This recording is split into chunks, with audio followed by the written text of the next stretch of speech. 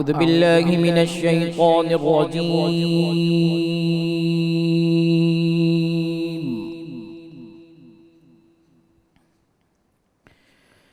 بسم الله الرحمن الرحيم.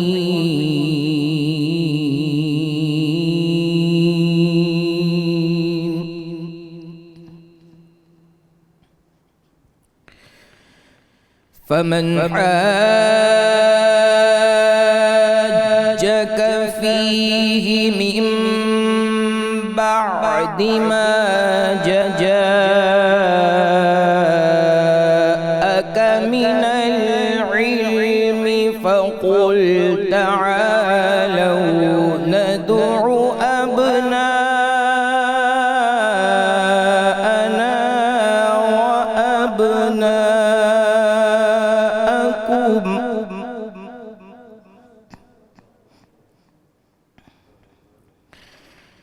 فقل تعالوا ندع أبناءنا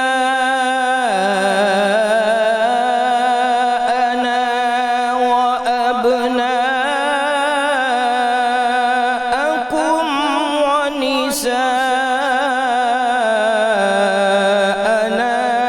ونساءكم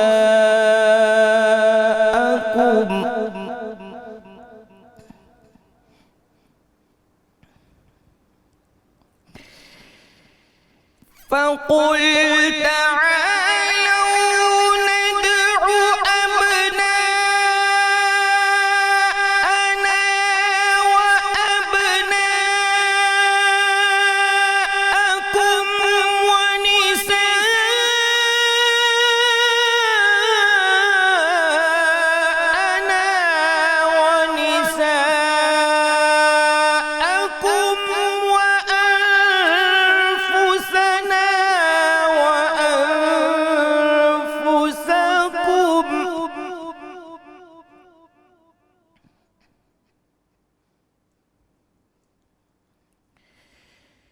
ثم نبتهل فنجعل لعنة الله على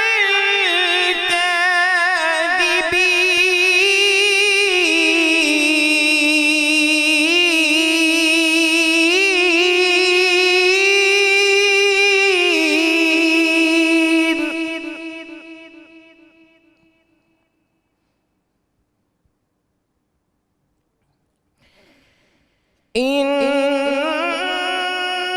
هذا لهو القصص الحق وما من إله إلا الله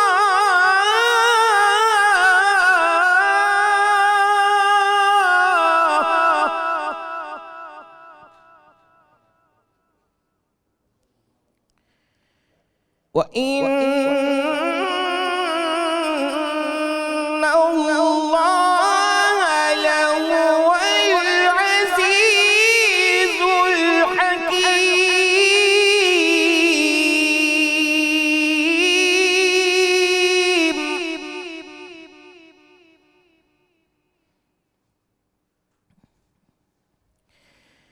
فإن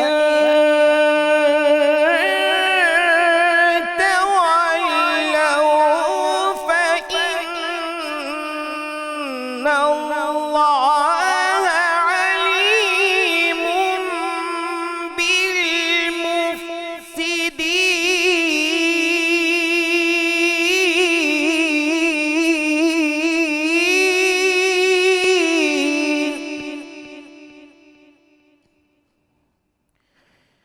فإن تولوا فإن الله عليم بالمفسدين. صدق الله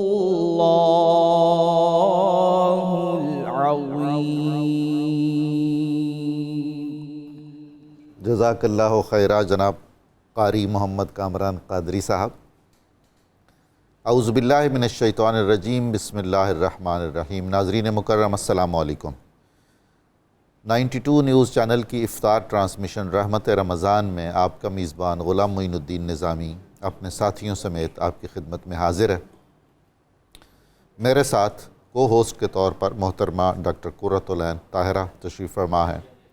ہمارا آج کا موضوع امیر المؤمنین سیدنا علی المرتضیٰ کرم اللہ وجہہ الکریم کی شخصیت، آپ کے کارنامے، اسلام کے بارے میں آپ کی خدمات، رسول کریم صلی اللہ علیہ وآلہ وسلم کی آپ کے ساتھ محبت، آپ کی ان سے عقیدت اور آپ کا دور خلافت اور خدمات۔ ناظرین مکرم، امیر المؤمنین مولا علی علیہ السلام اب باب مدینۃ العلم ہیں، ابو الائمہ ہیں، مولود کعبہ ہیں، شہید مسجد ہیں، ابو تراب ہیں، ابو الحسن ہیں، مظہر العجائب والغرائب ہیں، اسد اللہ الغالب ہیں، علی ابن ابی طالب ہیں۔ کیا ان کے القاب اور اوصاف اور فضائل بیان کیے جائیں، جن کے بارے میں قرآن کریم کی سب سے زیادہ آیتیں نازل ہوئیں، جن کے فضائل کے بارے میں اللہ کے رسول صلی اللہ علیہ وآلہ وسلم سے سب سے زیادہ مستند احادیث ثابت ہیں، جو فرمایا کرتے تھے کہ میں ہر آیت قرآن کی کیفیت نزول سے بھی واقف ہوں، شان نزول سے بھی آگاہ ہوں، اس کی قرأت پر بھی عبور رکھتا ہوں، اس کے معنی ظاہر بھی مجھ پر منکشف ہیں اور اس کے معارف باطنی سے بھی میں آگاہ ہوں۔ یہ مرتبہ ہے ان کا، اس باب مدینۃ العلم کا۔ اللہ کے رسول صلی اللہ علیہ وآلہ وسلم نے فرمایا کہ اگر حکمت کے 10 حصے کیے جائیں تو 9 حصے علی میں ہیں اور 1 حصہ سب میں تقسیم کیا گیا ہے۔ یہ شان ہے ان کی۔ یہ شرف کوئی کم ہے کہ اللہ تعالیٰ نے اپنے حبیب مکرم صلی اللہ علیہ وآلہ وسلم کی نسل اطہر کا شجرہ نسب متصل کیا امیر المومنین علی کی اولاد سے۔ چنانچہ دنیا بھر میں جہاں جہاں سادات کرام ہیں، نسل رسول کریم صلی اللہ علیہ وآلہ وسلم ہے، وہ اولاد امیر المومنین علی۔ امیر المومنین علی دین اور دنیا میں اللہ کے رسول صلی اللہ علیہ وآلہ وسلم کے بھائی ہیں، آپ نے فرمایا ہے۔ آپ ایمان اور نفاق اور کفر کے درمیان وجہ امتیاز ہیں۔ آپ میزان اعتدال و توازن ہیں۔ آپ تفقہ میں، تفسیر میں، حدیث میں، تمام علوم و فنون میں، قراءت قرآن میں، کتابت قرآن میں، کتابت فرامین رسول مصطفیٰ صلی اللہ علیہ وآلہ وسلم میں آپ سے بڑھ کر کوئی بڑا نام ہمیں ملتا نہیں۔ زہد و عبادت ہو یا میدان جہاد ہو، آپ کے کمالات ظاہر و باہر ہیں۔ آپ کے ہاتھوں اتنے ائمہ کفر واصل جہنم ہوئے کہ وہ نسل در نسل ان کی اولادیں آپ سے عداوت اور بغض اور کینہ اور عناد رکھتی رہیں، اور اللہ کے رسول علیہ السلام کو یہ معلوم تھا، آپ نے فرما دیا تھا کہ جو علی سے محبت رکھے گا میں اس سے محبت کروں گا، اللہ اس سے محبت کریں گے۔ جو علی سے بغض رکھے گا اس نے گویا مجھ سے بغض رکھا اور اللہ نے اس سے ناپسند فرمایا۔ یہ مقام اور مرتبہ امیر المومنین علی کرم اللہ وجہہ الکریم کا ہے۔ خلیفہ راشد کے طور پر اتنی خدمات ہیں آپ کی، گو اس بدنصیب امت نے آپ کے لیے قدم قدم پر مشکلات کھڑی کیں، کوئی ایسا محاذ نہیں تھا جو آپ کے خلاف نہیں کھولا۔ یہ جو میں نے اوصاف بتائے ہیں، ان اوصاف میں کوئی شریک نہیں ہے امیر المومنین علی کا، لیکن آپ اندازہ فرمائیے کہ اس امت کی زبوں حالی کا اور مادیت پرستی کے تحت یہ حال ہو گیا کہ آپ کے فضائل چھپائے جانے لگے۔ نہ صرف آپ کے فضائل چھپائے گئے، ان میں تحریف کی گئی، اور معاذ اللہ آپ کے بارے میں نازیبا کلمات کہنا تاریخ کا بدترین اور بھیانک ایک باب ہے، اور اس میں بزور طاقت منبر اور محراب کو بھی شریک کیا گیا، جس کے اثرات آج تک ناظرین محسوس کیے جا سکتے ہیں۔ مجھے افسوس کے ساتھ یہ کہنا پڑ رہا ہے۔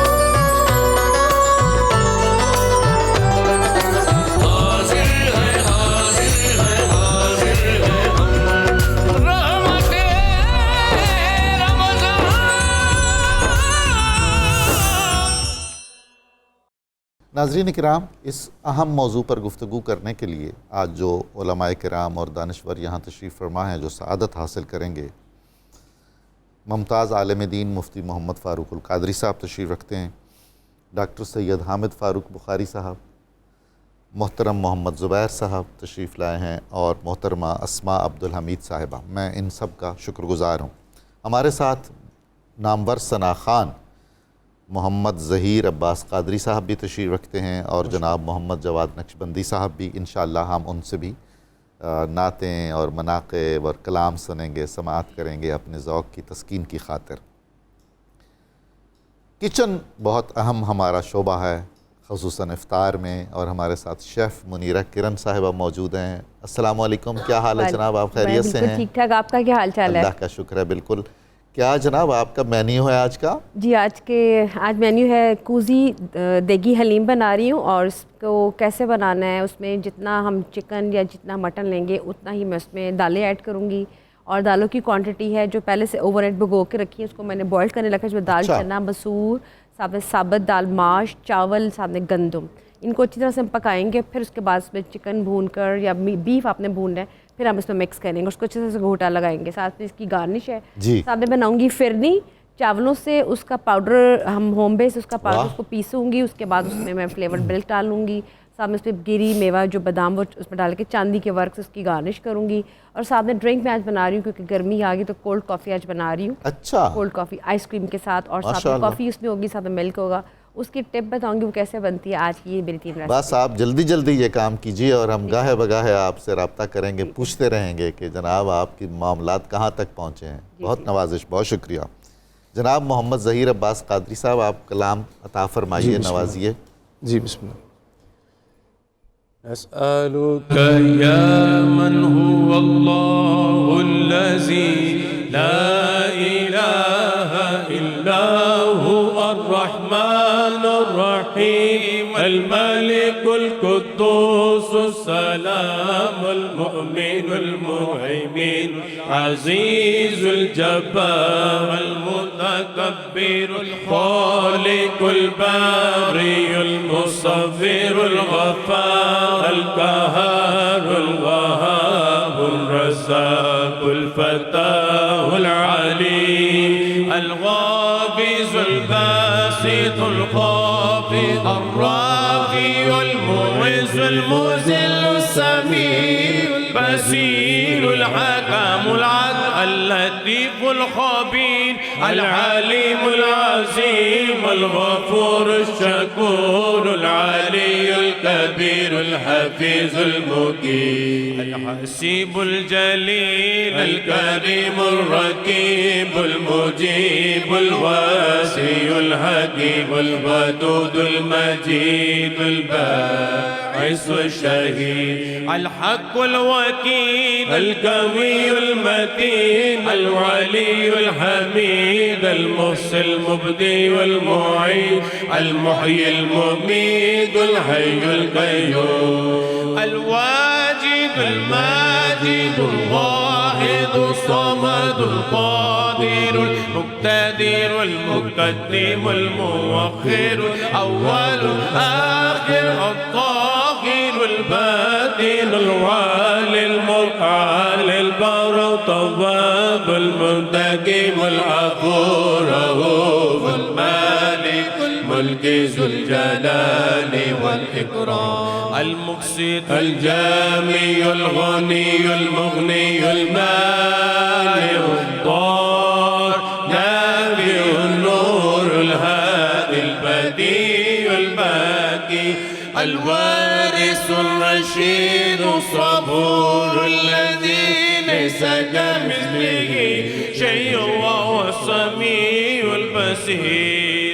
اللهم صل أفضل الصلاة على أسعد المخلوقات كسيدنا محمد وعلى آله وصحبه وسلم عدد معلوماتك ومداد كلماتك كلما ذكرت ذاكرون وغفل عن ذكره الغافلون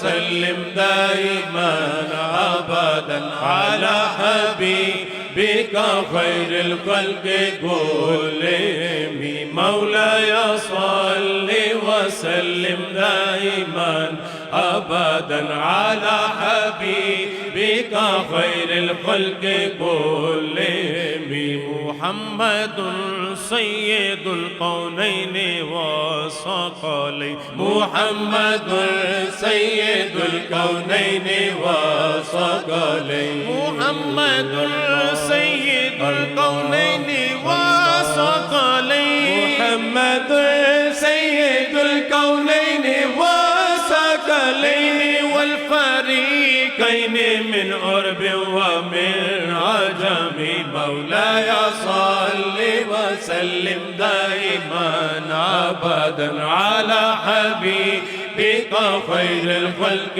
كلهم هو الحبيب الذي ترجى شفاعته هو الحبيب الذي ترجى شفاعته هو الحبيب الذي ترجى شفاعته هو الحبيب الذي ترجى شفاعته لكل حول من الأهوال مقتحم مولاي صل وسلم دائما أبدا على حبيبك خير الخلق كلهم يا ربي بالمصطفى بلغ مقاصدنا يا ربي بالمصطفى بلغ مقاصدنا يا ربي بالمصطفى بلغ مقاصدنا واغفر لنا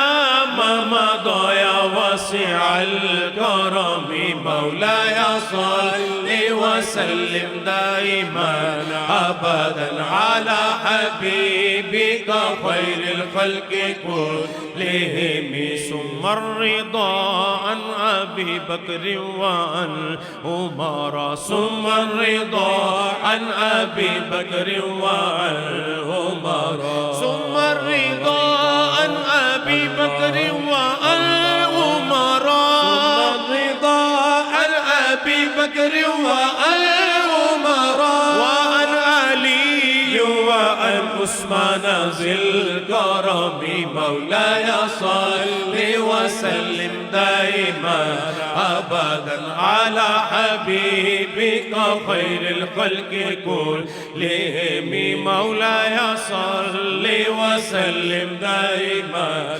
أبدا على حبيبك خير الخلق كلهم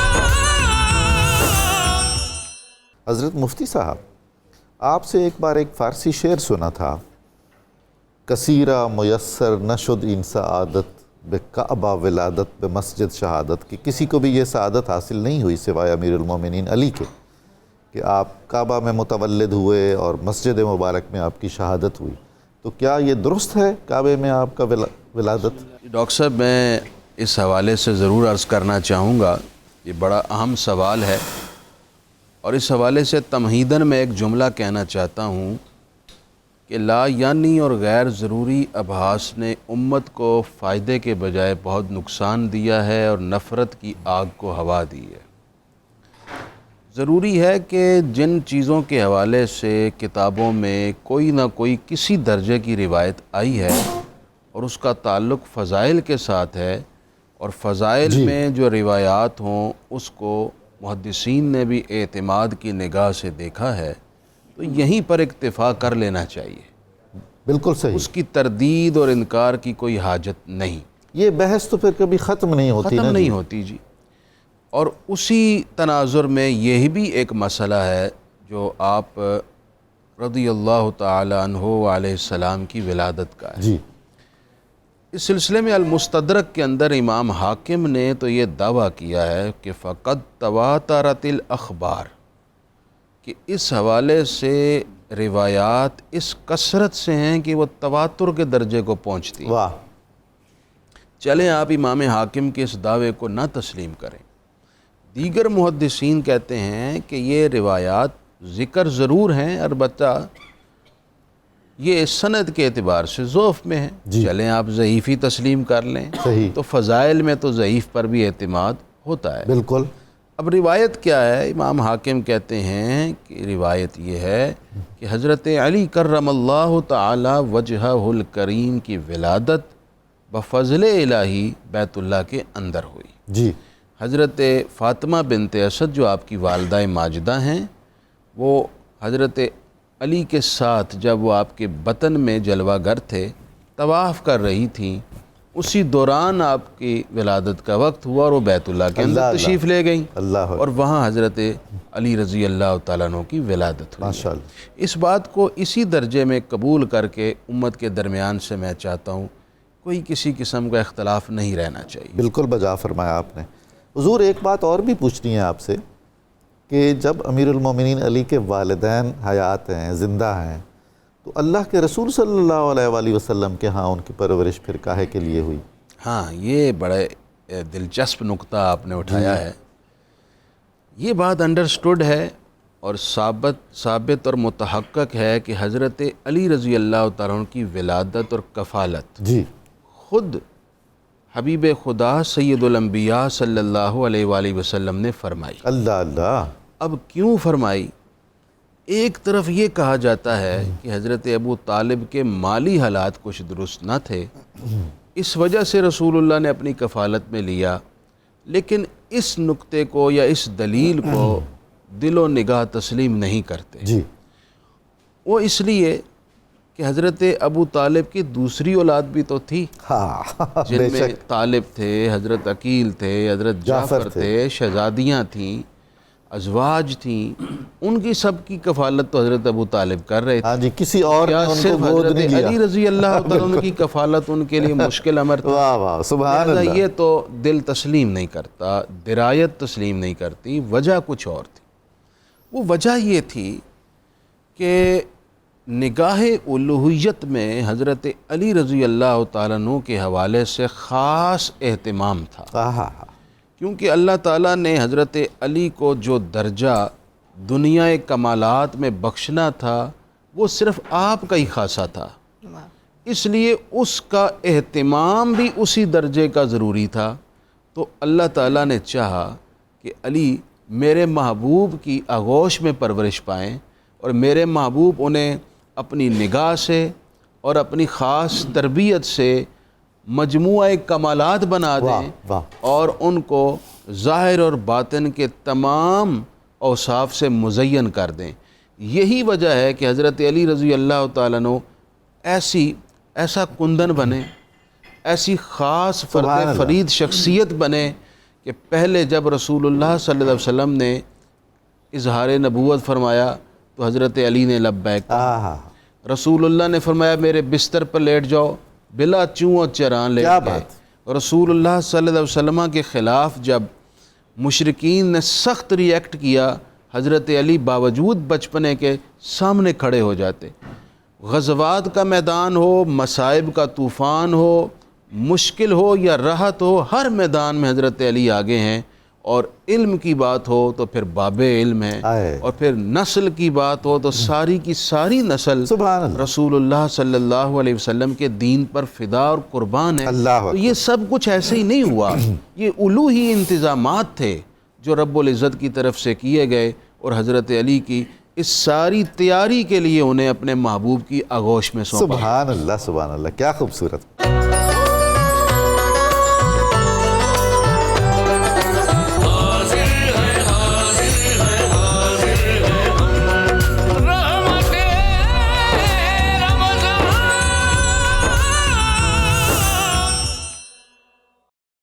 جی ڈاکٹر سید حامد فاروق بخاری، آپ کی طرف آتے ہیں۔ ولادت کے بارے میں تو مفتی صاحب نے بیان کر دیا، آپ ذرا حضرت علی رضی اللہ عنہ کے ابتدائی جو حالات زندگی تھے، وہ بچپن کیسے گزرا، اس کے اوپر تھوڑا سا ہمیں روشناس کروائیں۔ بسم اللہ الرحمن الرحیم، الحمدللہ والصلاة والسلام علی رسول اللہ وعلی آلہ وصحبہ اجمعین۔ بڑے خوبصورت انٹرو قبلہ نظامی صاحب نے دیا اور آپ نے بھی بڑی شاندار گفتگو کی، اللہ کریم اسے قبول فرمائے۔ آمین۔ اور بڑی ایک بنیادی سی بات قبلہ مفتی صاحب نے ارشاد فرمائی ہے، اللہ کرے آپ کے ہی کہنے پہ امت جمع ہو جائے اور مولا کی اس فضیلت کو تسلیم کر لے۔ میں اسی بات کو آگے بڑھانا چاہوں گا کہ یہ صرف حضرت امام حاکم نیشا پوری نے نہیں بلکہ ابن صباغ مالکی نے، علامہ شمس الدین الذہبی نے سیر اعلام النبلاء میں، ابن عبد البر نے اور سبت ابن جوزی نے، ان کے علاوہ اور بھی بہت سارے محدثین ہیں، اور انہوں نے تو یہاں تک کلام کیا ہے کہ یہ فضیلت صرف مولا علی کی ہے، آپ کے علاوہ کسی اور کی کوئی فضیلت نہیں ہے کہ وہ کعبہ میں پیدا ہوئے یا بیت الحرام میں پیدا ہوئے، اللہ نے یہ سعادت انہیں عطا فرمائی۔ اور تذکرۃ الخواص میں سبت ابن جوزی تو یہاں تک لفظ لکھتے ہیں کہ فن شک کا جدار الکعبہ، کہ جب حضرت فاطمہ بنت اسد آتی ہیں تو کعبے کی دیوار کھل جاتی ہے، پھٹ جاتی ہے، وَدَخَلَتْ فاطمہ بنت اسد، اور وہ اندر داخل ہو جاتی ہیں، اندر جا کر فی جوف الکعبہ کے لفظ ہیں، جوف کعبہ میں جا کے انہوں نے مولا علی کی ولادت ہوتی ہے اور وہاں ان کا تولد ہوتا ہے، اور 3 دن وہاں قیام کرتی ہیں، اور باقیت 3 ایام، ولادت ہوتے ہی معاملہ ختم نہیں ہوتا، 3 دن قیام کرتی ہیں، اور 3 دن قیام کرنے کے بعد جب باہر نکلتی ہیں تو سب سے پہلے میرے اور آپ کے آقا جناب محمد رسول اللہ تشریف فرما ہوتے ہیں، اور روایات یہ کہتی ہیں کہ 3 دن ہو گئے تھے مولا کو پیدا ہوئے، لیکن آپ اپنی آنکھیں نہیں کھول رہے تھے، اور والدہ پریشان ہوگی کہ آنکھیں کیوں نہیں کھول رہے، جیسے ہی لمس ید مصطفیٰ محسوس کیا تو آنکھیں کھول کر زمانے کو وہ پیغام دیا جس کا شعری تخیل اعلیٰ حضرت نے بعد میں دیا ہے کہ حاجی آؤ شہنشاہ کا روزہ دیکھو، کعبہ تو دیکھ چکے اب کعبے کا کعبہ دیکھو۔ تو قبلہ مفتی صاحب میں آپ کی اجازت سے یہ عرض کرنا چاہوں گا کہ مولا کی صرف ولادت کا مسئلہ نہیں ہے، اب جو لوگ مان جاتے ہیں نا حضور، وہ کہتے ہیں یہ فضیلت نہیں ہے، یہ تو مقدر ہے، کہیں بھی کوئی انسان پیدا ہو جائے اس میں کوئی اختیار کی بات تو نہیں ہے نا۔ تو میں کہتا ہوں اگر ہم غور کریں تو ہمیں ہر جگہ مولا کی فضیلت اور مقدر اکٹھے ہی نظر آتے ہیں، تو اب اگر ولادت کعبہ فضیلت نہ مانی جائے، نصیب مان لیا جائے اور مقدر مان لیا جائے تو سب سے پہلی نظر رسول اللہ کے چہرے پہ پڑی ہے، پھر اسے کیا مانا جائے گا؟ کیا وہ بھی فضیلت ہے یا مقدر ہے؟ تو آپ کچھ بھی مان لیجئے، تو آخر کار آپ کو ولادت کعبہ سے جو سفر شروع ہوا مسجد کی شہادت تک آیا، اور اس سے پہلے میرے آقا نے ہاتھ پکڑ کے اعلان کیا من کنت مولاہ فہذا علی مولا، تو ماننا پڑے گا جہاں جہاں علی ہوتے ہیں فضیلت بھی وہیں ہوتی ہے، مقدر بھی وہاں ہوتا ہے۔ تو ہر ایک آپ کے تعاقب میں ہے، پہلی نظر رسول اکرم کے چہرے پہ ہے، ساری زندگی آپ نے شرک نہیں کیا، اور میں اعلیٰ وجہ البصیرت یہ عرض کرنا چاہوں گا آپ کے والد گرامی نے نہیں کیا، آپ کی والدہ نے نہیں کیا، کبھی کسی بت کو سجدہ نہیں کیا، اسی لیے آپ کو کرم اللہ وجہہ الکریم بھی کہا جاتا ہے کہ آپ کا چہرہ جب بھی جھکا ہے تو اپنے رب کی بارگاہ میں جھکا ہے۔ تو 2 وجوہات اس کی بیان کی جاتی ہیں، ایک تو جب بھی سجدہ کیا ہے تو اپنے رب کو کیا، اور آپ کی طرف یہ بات منسوب ہے، آپ نے ارشاد فرمایا اس وقت تک میں دوسرا سجدہ ہی نہیں کرتا جب تک وہ نقاب اٹھا کے مجھے اپنا دیدار نہیں عطا فرما دیتا۔ حضور والا اب یہاں بھی اعتراض ہو سکتا ہے کہ یہ کیسے ممکن ہے؟ تو حدیث جبریل میں آقا نے ارشاد فرمایا ایسے عبادت کرو کأنک تعبد اللہ، گویا کہ تم اپنے رب کو دیکھ رہے ہو۔ اب کوئی تو ہونا چاہیے نا جو گویا کہ سے آگے بڑھ کے جا کے میرے رب کو دیکھ پائے، وہ للہیت، وہ خشوع، وہ خضوع، وہ خشیت میرے رب نے آپ کی ذات کو عطا فرمائی تھی۔ تو بچپن رسول اکرم کی گود میں گزرا ہے، اور بڑا خوبصورت اشارہ فرمایا قبلہ مفتی صاحب نے، یہ میرے رب کا انتظام ہے، اس میں کوئی شک والی بات نہیں۔ لیکن سورہ رحمان میں ایک اصول دیا گیا ہے کہ حل جزاء الاحسان الا الاحسان، احسان کا بدلہ احسان ہے۔ اب کہنے کی حد تک جو لکھا گیا، جو ہمیں پڑھایا گیا، یا جو بولنے پہ ہم مجبور ہیں، وہ تو یہی ہے کہ حضرت ابو طالب نے رسول اکرم کو پالا ہے۔ حقیقت میں رسول اکرم نے انہیں پالا ہے، ابو طالب نے نہیں پالا، لیکن یہ بھی تو دنیا کا نظام ہے، احسان کا بدلہ احسان سے ہے۔ تو اگر ابو طالب نے رسول اکرم کو پالا ہے تو رسول اکرم نے ابو طالب کے سامنے علی کو پال کے یہ بتایا کہ آپ نے احسان کیا ہے، تو احسان کا بدلہ یہ ہوتا ہے۔ سبحان اللہ، سبحان اللہ۔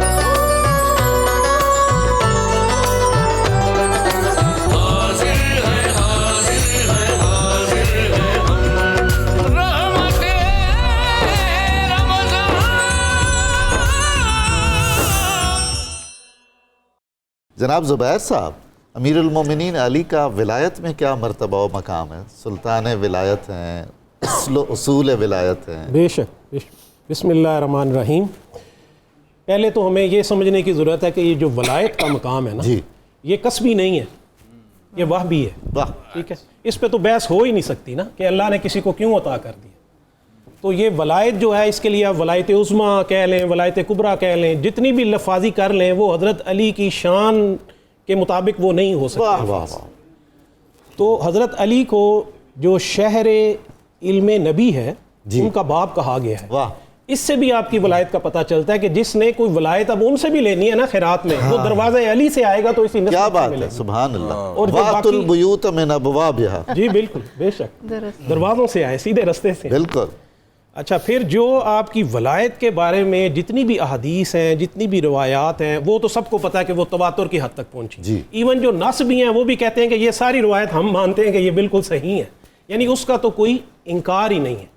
ٹھیک ہے. اچھا، وہ ساری روایت اس میں اتنی مطابقت ہے، وہ ساری میوچولی ری انفورسنگ ہے. جی. آپ حضرت سعد بن ابی وقاص کی روایت لے لیں، حضرت زید بن ارقم کی لے لیں، حضرت عمار بن یاسر کی لے لیں، حضرت حذیفہ بن اسید کی لے لیں. بہت زیادہ یعنی راوی ہیں. جی اتنے راوی ہیں، اکابر صحابہ. جی بے شک.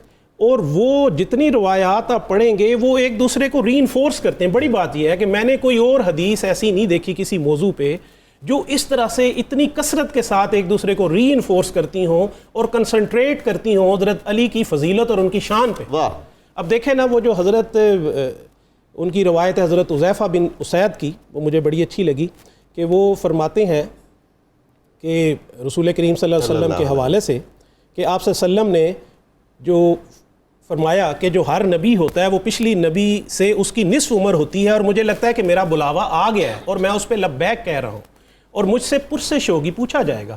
اور جو سامنے صحابہ تھے ان سے کہا کہ آپ سے بھی پوچھا جائے گا، تو آپ کا اس کے بارے میں کیا خیال ہے؟ ساتھ ہی صحابہ سے یہ پوچھا تو انہوں نے کہا کہ آپ نے تو اللہ کا پیغام بڑی محنت اور بڑی لگن سے پہنچایا ہے، اللہ تعالیٰ آپ کو جزائے خیر عطا فرمائے. سبحان تو آپ صلی اللہ علیہ وسلم دیکھیں تربیت صحابہ کی کیسے فرماتے تھے. آپ کو اپنی تحسین مطلوب نہیں تھی. آپ نے کہا آپ اس چیز کی گواہی کیوں نہیں دیتے کہ میں نے یہ کہا کہ اللہ کے سوا کوئی معبود نہیں ہے اور محمد صلی اللہ علیہ وسلم اللہ کے رسول ہیں اور اس کے بندے ہیں. ٹھیک ہے. اور آپ آخرت پہ ایمان لے ہیں. ٹھیک ہے. اور موت پہ ایمان لے ہیں.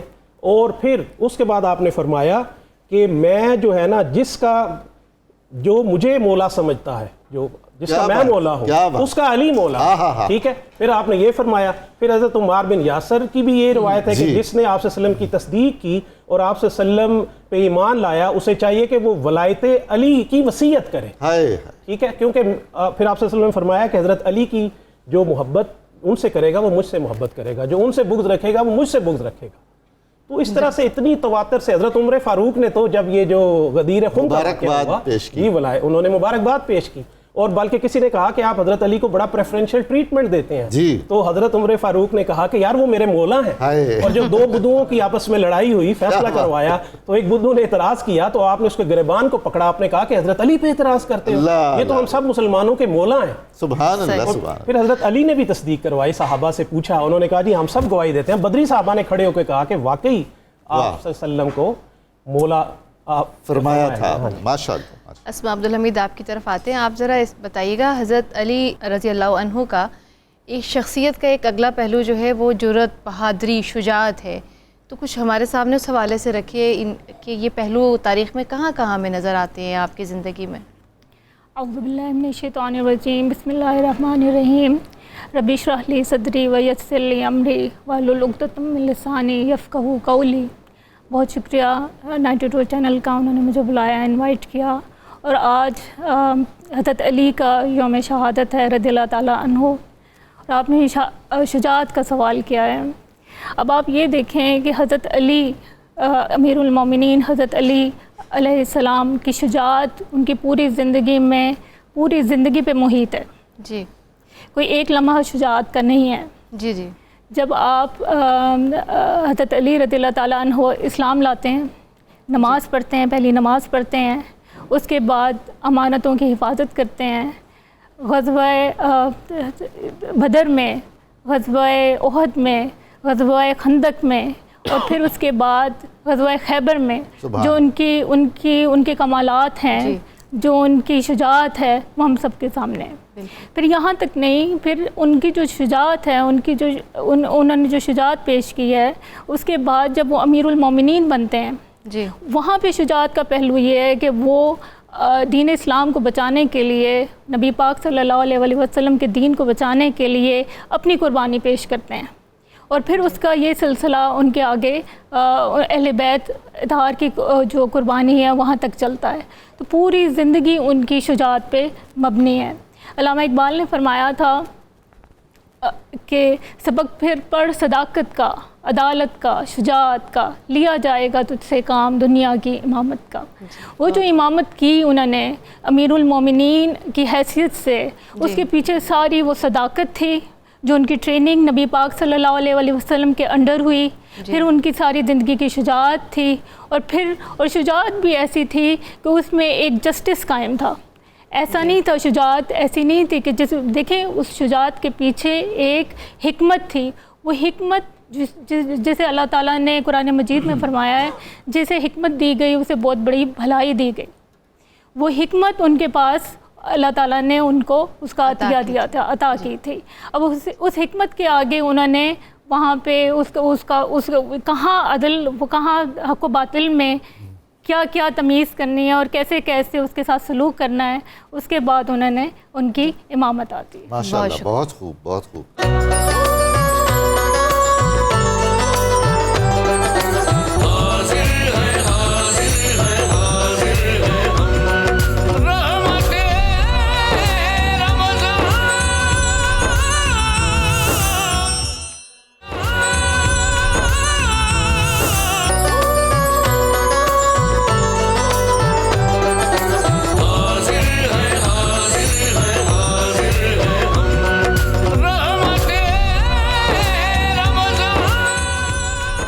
ویلکم بیک ناظرین.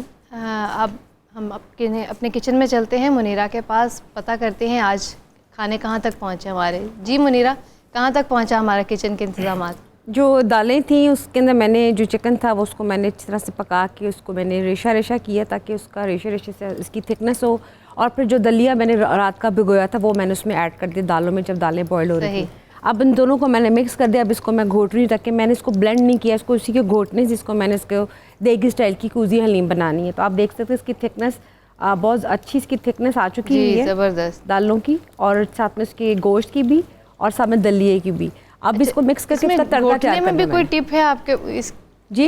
کس حد تک ہمیں اس کو گھوٹنا چاہیے؟ تقریباً اتنا گھوٹیں کہ یہ اس کی جو ریشہ جو اس کی تار ہے نا وہ نکلنی چاہیے. اچھا. اور وہ تب جب تک ہم اس کو جیسے ہم ساگ کو گھوٹتے ہیں اس طرح اس کو بھی گھوٹتے ہیں. کچھ چیزوں کو اپنے گھوٹنے سے ہی گھوٹ کے بنائیں گے تو اس کا وہ ذائقہ نہیں، کیونکہ یہ بڑی یونیک سی اس کی ریسپی ہے، تھوڑی سی محنت ہے اس میں، لیکن آپ اس کو جب بنائیں گے تو ہی گھر میں لذیذ حلیم آپ کی تیار ہوگی انشاءاللہ. اور میٹھے میں کیا بنایا آپ نے، کہاں تک پہنچا؟ وہ ساسا پکری ہے. اور میٹھے کا ہمیشہ اصول ہوتا ہے کہ میٹھے کو ذرا سا آپ ادھر ادھر ہو جائیں تو وہ لگ جائے، اس میں تھوڑی سی آ جاتی ہے خوشبو آ جاتی ہے جلنے کی. تو آپ یہ خیال رکھیں، یہ دیکھیں فرنی پک رہی ہے، آہستہ آہستہ یہ بھی گاڑھی ہوگی. اس کی جو لوازمت ہے چاندی کے ورک ہیں، بادام گیری وہ میں نے بھی رکھے ہوئے. جیسے یہ گاڑھی ہوتی جائے گی اس کی میں آگ بند کر دوں گی، پھر اس کو ٹھنڈا کر کے اس کو میں ڈش آؤٹ کر کے اس کو میں ڈسپلے میں لگا دوں گی. ابھی دونوں چیزیں تھوڑی سی ہیں، یہ ٹائم کنزیومنگ ہے، مجھے ادھر ادھر ہونے نہیں دے رہی، اس لیے میں اس کے سر پہ کھڑی ہوں. دونوں ڈشز ایسی ہیں جس میں مسلسل دونوں کو ہلانا پڑا، ان کو نظر میں رکھنا پڑ رہا ہے. چلیں ٹھیک ہے منیرہ، آتے ہیں آپ کے پاس. بہت شکریہ، بہت شکریہ. حضور مفتی صاحب، امیر المومنین علی علیہ السلام کو مولا کہنا اور مشکل کشا کہنا، اس میں بھی پیچیدگیاں ہیں؟ ہر مسئلے میں پیچیدگی ہے جی. یہ پیچیدگیاں ختم ہو جائے تو ہماری سوسائٹی میں امن بحال نہ ہو جائے جی، نفرت اور تفرقہ ختم نہ ہو جائے. مسئلہ یہ ہے جی کہ خاص طور پر وہ معاملات جن میں احادیث میں نصوص موجود ہے ان میں پیچیدگی ہو جانا یہ سمجھ سے بالا تر. سمجھ سے بالا تر. یہ ایسے لگتا ہے کہ پیچیدگی کے پیچھے کوئی بغض ہے یا کوئی انٹرنل نفرت پل رہی ہے جو یہ پیچیدگی پیدا کرتی ہے. آپ صلی اللہ علیہ وآلہ وسلم نے جب خود فرما دیا من کنت مولا ہو فعلی مولا، جی، جس کا میں مولا اس کے علی مولا، تو یہاں پیچیدگی ختم نہیں ہو جانی چاہیے. کوئی مسئلہ باقی نہیں رہنا چاہیے. جی ہاں. آپ کسی بھی معنی میں لیں، وہ کہتے ہیں اس کا یہ معنی ہے، کوئی کہتا ہے یہ، آپ کسی بھی معنی میں لینا چاہتے ہیں آپ انہیں مولا کہہ لیجئے. ہم کہتے ہیں اس معنی میں کہ وہ ہمارے محبوب ہیں، ہمارے آقا ہیں، ہمارے سردار ہیں، ہمارے دل و نگاہ کے مرکز ہیں، ہماری روحوں کا مرجع ہیں، ہماری دھڑکنوں میں ان کی محبت کی خوشبو موجود سبحان ہے۔ اللہ مفتی صاحب، ہم واہ، اپنے اس محبوب کو کہتے ہیں مولا۔ اللہ اللہ، جو رسول اللہ کو محبوب سمجھتا ہے وہ حضرت علی کو علی بھی کو محبوب سمجھے گا، آہا، وگرنہ اس کو اپنے ایمان کی فکر کرنی چاہیے۔ دوسری بات فرمائی آپ نے کہ اس مولا کا معنی کیا ہے؟ جی۔ مولا کا معنی محبوب ہے، آقا ہے، سردار ہے، ان تمام معنی میں، اور ایک معنی مولا کا مددگار بھی ہے۔ آہا، ہم مولا علی کو ان کی حیات میں بھی مددگار سمجھتے ہیں، ان کے وصال کے بعد آج بھی انہیں اللہ کے عطا اور اذن سے مددگار سمجھتے ہیں۔ سبحان اللہ، حضرت علی مشکل کشا ہے، ان کی مشکل کشائی میں کیسے شک ہو سکتا ہے جب کہ یہ دین تو ہر مسلمان کو مشکل کشا ہونے کا حکم دیتا ہے۔ کیا بات ہے، ہر آدمی کو مشکل کشا ہونا چاہیے۔ مشکل کشا کا مطلب یہ ہے کہ آپ کسی شخص کو مصیبت میں مبتلا دیکھیں تو اس کی مدد کریں، مدد کر، کسی بیمار کو دیکھیں اس کو ہاسپٹل لے جائیں، آپ ڈاکٹر ہیں اس کا علاج کر دیں۔ تو آپ کو کسی نہ کسی نوعیت سے ہر آدمی کی کوئی تکلیف نظر آتی ہے تو آپ مدد کر کے اس کی تکلیف دور کریں، اسی کو مشکل کشا ہی کہتے ہیں، واہ، اور آپ کو مشکل کشا کہا جائے گا۔ دین تو ہر ایک کو مشکل کشا کہنے کا حکم بے دیتا ہے۔ شک۔ نبی پاک علیہ السلام نے ارشاد فرمایا من استطاع منکم ان ينفع اخاه بشیء فلینفعه، او کما قال علیہ السلام، تم میں سے جس سے بن پڑے جی، کہ وہ اپنے مسلمان بھائی کو نفع پہنچا سکے تو پہنچائے، یہ میرا حکم ہے۔ واہ، اور وہ حدیث پاک جو مسلم کی ہے من نفس عن مومن کربۃ من کرب الدنیا آئے، نفس اللہ عنہ کربۃ من کرب یوم الآخرہ، سبحان اللہ، کہ جس نے کسی شخص کی دنیا کی مصیبت دور کی اللہ اس کی قیامت کی مصیبتیں دور فرمائے گا۔ تو ہر آدمی کو مشکل کشا ہونا چاہیے۔ واہ۔ اور حضرت علی تو زمانہ رسالت اور عہد صحابہ میں بھی مشکل کشا تھے۔ حضرت عمر نے نہیں کہا تھا لولا علی لہلک عمر، علی نہ ہوتے تو عمر ہلاک ہو جاتا۔ سبحان اللہ، اسی وجہ سے عہد صحابہ میں بھی آپ کو حلال المعضلات کہا جاتا کیا تھا، بات ہے، کہ مشکلات کو دور کرنے والا۔ اور بعد از وصال کوئی مرتا نہیں ہے، یعنی مرنے سے مراد یہ ہے کہ بظاہر اسے موت آتی ہے، فنا نہیں ہوتا۔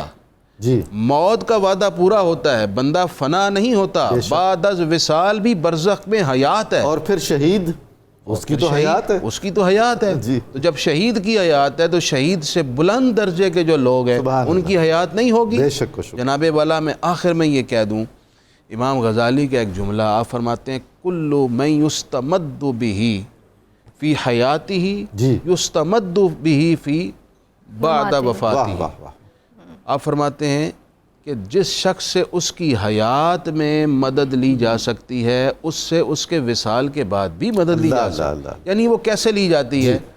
کار ساز حقیقی اللہ ہے، بے شک و شبہ، اللہ کے علاوہ حقیقی مددگار کوئی نہیں، یہ ہمارا ایمان ہے۔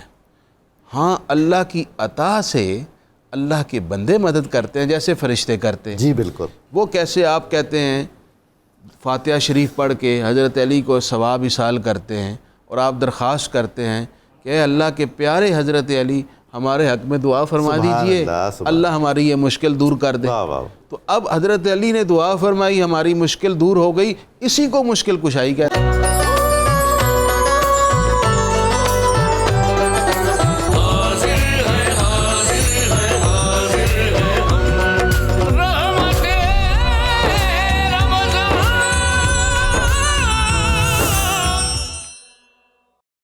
ڈاکٹر فاروق بخاری صاحب آپ کی طرف آتے ہیں، آپ بتائیے گا کہ حضرت سیدنا علی وجہ الکریم، آپ جب خلیفہ بطور خلیفہ رابع آپ نے سنبھالا کام، تو مجھے بتائیے گا کہ آپ نے کیا ایسی اصلاحات کی جس سے معاشرے میں بہتری ہے جو آپ سے پہلے موجود نہیں تھیں؟ حضور والا قبلہ مفتی صاحب نے ہماری ساری مشکلات دور کر دی ہیں۔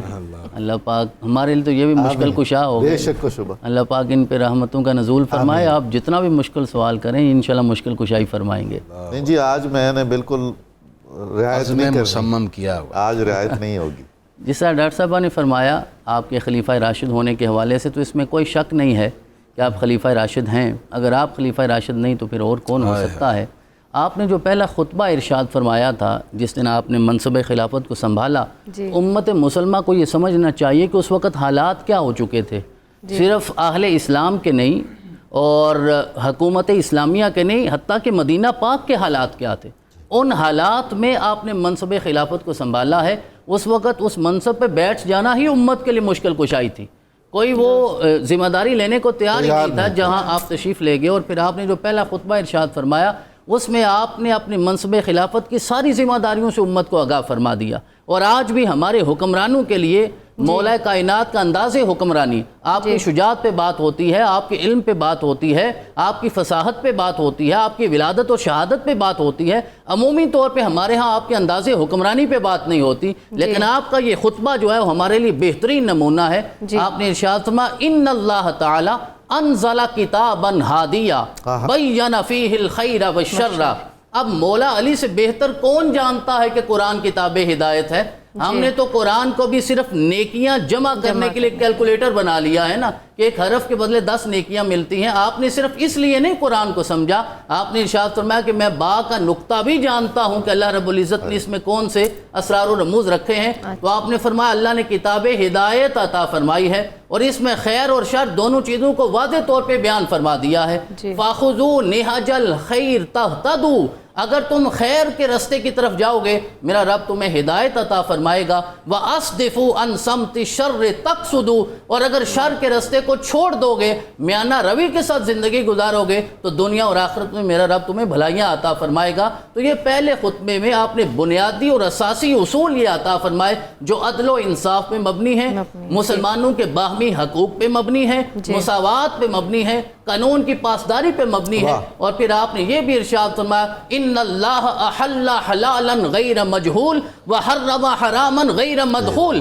کہ قرآن عزیز میں حلال کو حلال کر کے بیان کر دیا گیا ہے، واضح کر دیا گیا ہے. اب کوئی جہالت باقی نہیں رہی، اور جو حرام ہے اس کی حرمت کو بھی بیان کر دیا گیا ہے. الفرائض الفرائض ادوها الی اللہ تؤدوکم الی الجنہ، اللہ نے جو چیزیں تم پہ فرض کی ہیں انہیں فرض سمجھو اور ان کے مطابق عمل کرو، اور اللہ کے دیے ہوئے فرائض اس کی طرف واپس لوٹاؤ، وہ تمہیں جنت کی طرف رہنمائی فرمائے گا، جنت کی نعمت عطا فرمائے گا. اور ایک بڑا اہم اصول آج کے ہمارے پرامن بقائے باہمی کے معاشرے میں بہت ضروری ہے. آپ نے فرمایا وفضل اللہ حرمت المسلم علی الحرام کلہا، کہ اللہ رب العزت نے کسی بندہ مومن کی حرمت کو، آبرو کو، عزت کو ہر حرام چیز سے بھی فضیلت میں حرمت دی ہے. یعنی ہمیں یہ سمجھنا ہے کہ جہاں شراب پینی حرام ہے، زنا حرام ہے، جھوٹ حرام ہے، ان ساری حرمتوں کا ہمیں تقدس ہے، لیکن ایک دوسرے کی عزت آبرو کی طرف ہماری توجہ نہیں ہوتی. تو مولا کائنات شیر خدا نے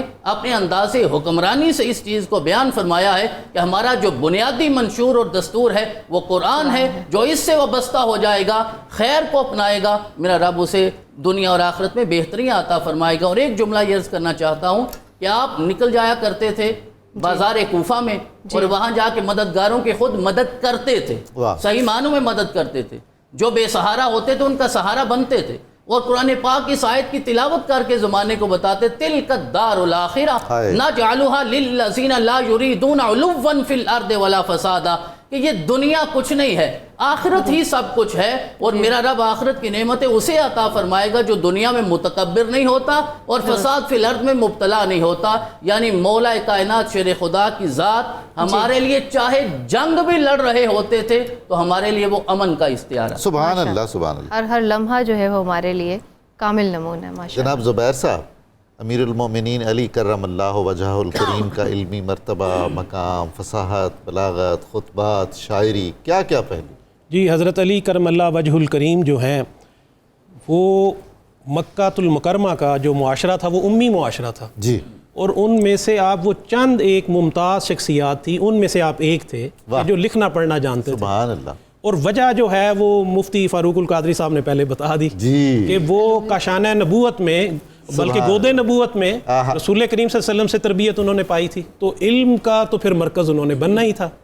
تو کہتے ہیں کہ رسول کریم صلی اللہ علیہ وسلم کی صحبت کا یہ اثر ہوا کہ آپ کا قلب اطہر مزید منور ہو گیا، دماغ بھی روشن ہو گیا، روحانی بصیرت حاصل ہو گئی. اور وہ کہتے ہیں کہ جو اسلامی تہذیب کا اگر کوئی شاہکار ہو سکتا ہے نا، اگر کوئی اس کا نمونہ اگر پیش کرنا ہو تو وہ حضرت علی کرم اللہ وجہ الکریم ہے. کیا بات. اور حضرت عائشہ صدیقہ رضی اللہ تعالیٰ عنہ نے فرمایا، کسی نے حضرت علی کرم اللہ وجہ الکریم کا ذکر ان کے سامنے کر دیا تو انہوں نے فرمایا کہ تم جتنے بھی صحابہ اس وقت موجود ہو، سب سے بڑھ کر ان تمام صحابہ میں جس شخص کو سنت کا علم ہے وہ حضرت علی کرم اللہ وجہ کریم.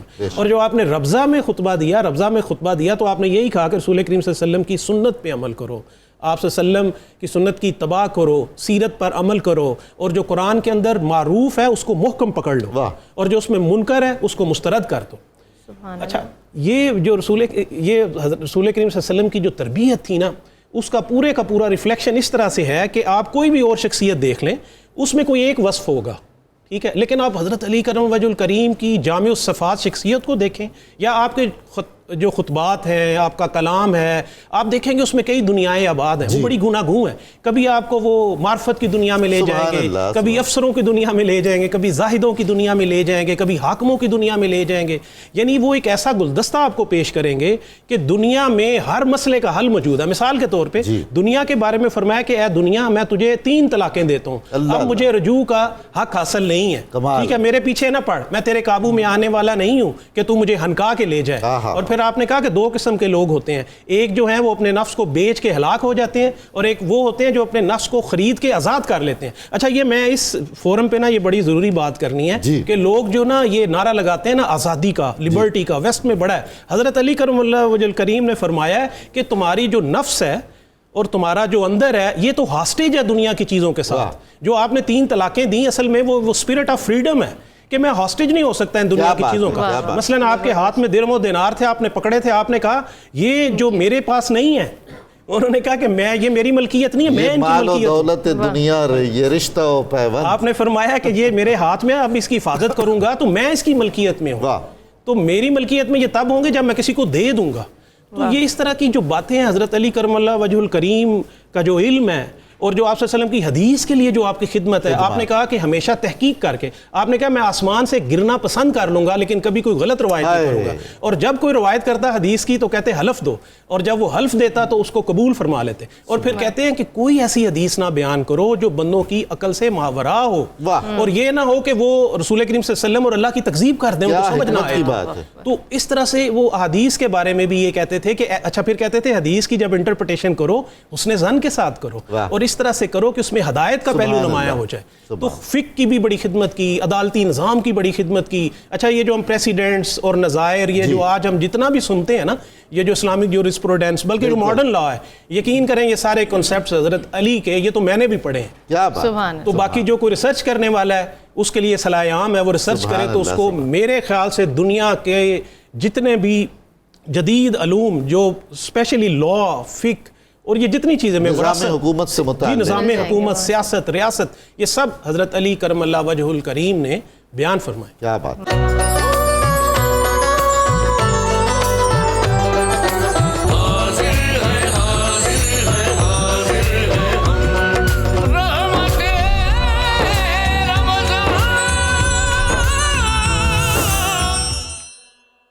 اسما, آپ کی طرف آتے ہیں, آپ بتائیے گا, بہت مدلل ماشاءاللہ گفتگو جاری ہے یہاں پہ سیدنا علی رضی اللہ عنہ کے حوالے سے. آپ بتائیے گا کہ کیا نمایاں اوصاف ہیں آپ کی شخصیت میں, آپ کی ذات میں, جن سے آج ہمارے لیے ہم جن سے مستفید ہو سکتے ہیں, اپنی ذات کا حصہ بنا سکتے ہیں؟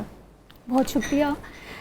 اچھا, بہت سارے اوصاف ہیں حضرت علی رضی اللہ تعالیٰ عنہ کے, اس میں سے میں 3 نکات پیش کرتی ہوں. اس میں سب سے پہلے وزڈم, علم اور حکمت. سب سے بنیادی, سب سے نمایاں علم اور حکمت حضرت علی کے ساتھ منسوب ہے. ایک ظاہری علم ہے, ایک باطنی علم ہے. یہ دونوں علم جو ہیں اگر کسی نے روشنی لینی ہے وہ حضرت علی رضی اللہ تعالیٰ عنہ کی زندگی سے لے سکتے ہیں. اس کے بعد شجاعت, جیسے پہلے عرض کیا, انہوں نے جب کلمہ کہنے کے وقت آیا انہوں نے کلمہ کہا, جب تلوار اٹھانے کے وقت آیا انہوں نے تلوار اٹھائی, اور پھر جب تلوار روکنے کے وقت آیا, جب ان کا نفس غالب آیا یا اس میں کوئی کنفیوژن آئی تو انہوں نے تلوار روکی بھی. یہ بھی شجاعت کا ایک پہلو ہے. اور اس کے بعد آپ یہ دیکھیں کہ جب امیر المومنین کی اس میں آتے ہیں, عہدے پہ آتے ہیں حضرت علی المرتضیٰ رضی اللہ تعالیٰ عنہ, پھر قربانی, شجاعت میں قربانی دینے کا وقت آیا تو انہوں نے قربانی بھی پیش کی. شجاعت کا پورا چیپٹر جو ہے حضرت ہمیں ڈیٹیل سے تفصیل سے حضرت علی المرتضیٰ رضی اللہ تعالیٰ عنہ سے ملتا ہے. پھر اس کے بعد ضبط نفس اور فقر. جس کا دل ایمان سے منور ہو جاتا ہے وہ بیرونی اور دنیاوی وسائل اور اس کے سے ماورا ہو جاتا ہے. بالکل. جو فقر ہے اور جو ضبط نفس ہے وہ بھی ہمیں حضرت علی مرتضیٰ کی زندگی سے ملتا ہے رضی اللہ تعالیٰ. ماشاء اللہ. بہت شکریہ، بہت خوب. جناب محمد ظہیر عباس قادری صاحب کچھ عطا فرمائیے آپ. جی، منقبت مولا علی سرکار اور کلام ہے حضرت واصف علی واصف رحمۃ علی مولا رندان جہاں ہے، علی مولا رندان جہاں ہے، علی مولا رندان جہاں ہے، علی مولا رندان جہاں ہے، علی مولا رندان جہاں ہے، علی نور خدا کا رازداں ہے، علی نور خدا کا رازداں ہے، علی شیدا محمد مصطفیٰ کا، علی شیدا محمد مصطفیٰ کا، علی گویا مکین لامکاں ہے، علی گویا مکین لامکاں ہے، علی گویا مکین لامکاں ہے، علی کے ہاتھ کو کہیے ید اللہ، علی کے ہاتھ کو کہیے ید اللہ، علی کے ہاتھ کو کہیے ید اللہ، علی من کن تو مولا کا بیان ہے، علی من کن تو مولا کا بیان ہے، ہاں علی من کن تو مولا کا بیان ہے، علی ہے کربلا کی حقیقت، علی ہے کربلا کی حقیقت، علی ہے کربلا کی حقیقت،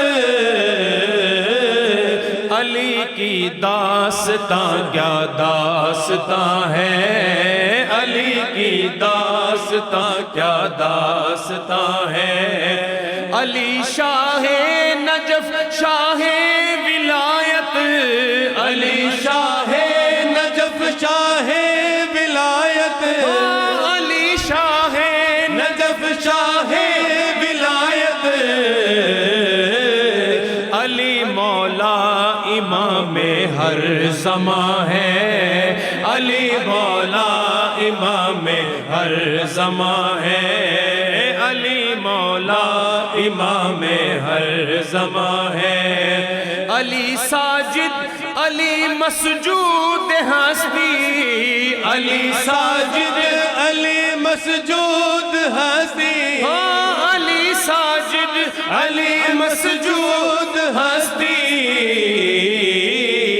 علی سجدوں کی عظمت کا نشان ہے، علی سجدوں کی عظمت کا نشان ہے، علی سجدوں کی عظمت کا نشان ہے، علی ہے واقف راز حقیقت، علی ہے واقف راز حقیقت، علی ہے واقف راز حقیقت، علی شرع و طریقت کا بیان ہے، علی شرع و طریقت کا بیان ہے، علی قاری علی قرآن ناطق، علی قاری علی قرآن ناطق، علی قاری علی قرآن ناطق،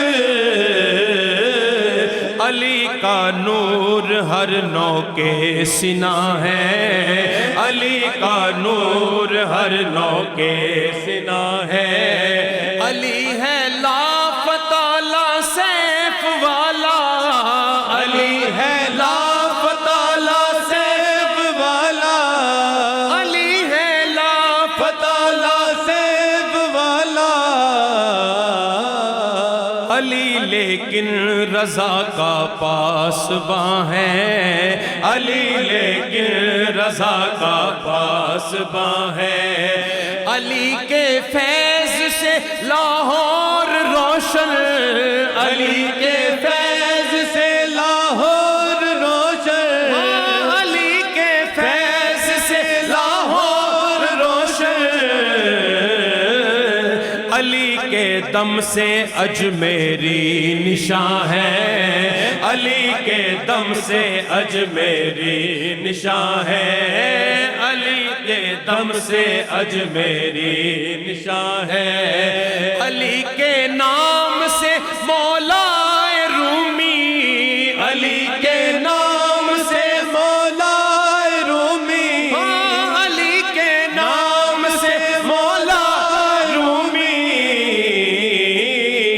علی تبریز کا سر نہاں ہے، علی تبریز کا سر نہاں ہے، علی کا فخر ہے فخر محمد، علی کا فخر ہے فخر محمد، علی کا فخر ہے فخر محمد، علی لہموں کا لہمی جسم و جاں ہے، علی لہموں کا لہمی جسم و جاں ہے، علی لہموں کا لہمی جسم و جاں ہے، علی کی یاد ہے واصف علی کو، علی کی یاد ہے واصف علی کو، علی کی یاد ہے واصف علی کو، علی خود اس زمین کا آسمان ہے، علی خود اس زمین کا آسمان ہے، علی خود اس زمین کا آسمان ہے، علی مولا رندان جہاں